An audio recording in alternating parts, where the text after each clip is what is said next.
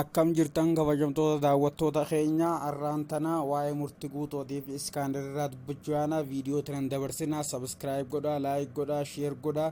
hunda biraan gaa murtii guutuu biraanis gaa Iskaandar biraanis gaa nuti haqa malee kijiba hin dubbannu qara viidiyootti ichi dabarraa akkamitti namni osoo beekuu mucaa ispoonsara naateeyyee isatti erge inni nama ta'e akkamitti akkas godha wanti kanaatu miidhama walirraa dhaabuu qabnaa Oromoo waa mucaa kana bira dhaabbadhaa akka inni kitaaba kana eebbisu godhaadha aanallee ashaangulleetti yattanii nan tuffatinaadha yaada kiyya kana fudhadhaa yuutuub kiyya kun haariyaa sabiskiraayib naa godhaa laayik godhaa Oromoo cinaa sagaleen dhaabbachuudhaa dhufee jirra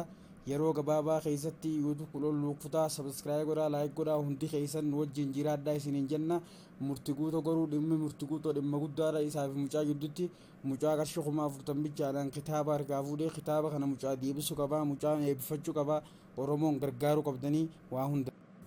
wanti murtii guutuu dalage gaa waan nama qaaneessuu isa qofa osoo hin ta'in akka Oromootti illee waan Oromoo qaaneessaatii waan qaaniidha Oromoo kana godhuurraa waan if eeggachuu qabdu namni kitaaba namni itti dhimmamee halkanii guyyaa taa'ee halkan itti bulee qaatiraa bulee nama ilaaluu fotachuu jechuun tun badiidha badii isaa fudhatee irraa dhaabbachuu qaba mucaa kanarraa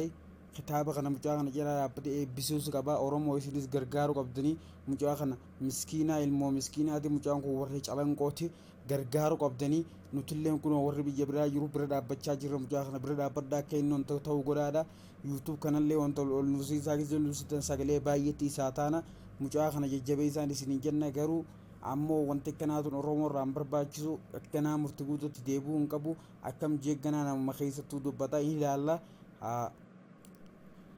diddaawwan laallaa kun as waliin jirra mancaa fudhannee waliin gabbaaneetuma wal diddiiruudha anillee barbaadan kun mooluutii yatana narra dirtanii ani sanqaan duutti mucaa kana ilaanafu mucaa kana sagalee hin taafee cinaan dhaabbadhaa abbaan fadhi riippoortii miti waan fadhan irratti haa godhu garuu isin warri na jaalatan warri mucaa kana jaalatan sabiskiraayib godhaa yuutuub kiyya kana sheer godhaa waliif qoodaan isiniin jaa Oromoo irraa wanti akkanaatu hin barbaachisu murtii guutuu miidiyaa irra gabbee aniin kun balleessee dhiifama jechuu baate badii isaatiif itti gaafatamuu qaba Oromoon yoo akkas gaafate malee dhiifama godhuu hin qabu kun murtii guutuu ganaa beekamtii isaa dhabee jira kijiba guddaa kana ija miidiyaa dura kijibe namni ija jabaatee dila kana kijibu maali kolkoloo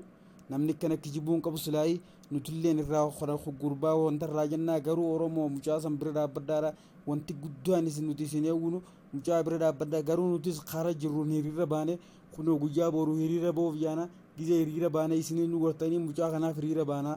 ayi bakka hiriira nuti Oromoo hundaani falmannaa ka Oromoon taane mancaan biyyaa baafnaa hanqa biyyaa baafnee biyyatti dachaanaa yuutuub kiyya kunis haariyaan gartaa maa ija babaaftee cal jettee na laaltaa sabiskiraayib godhii sanbooda dubbattaa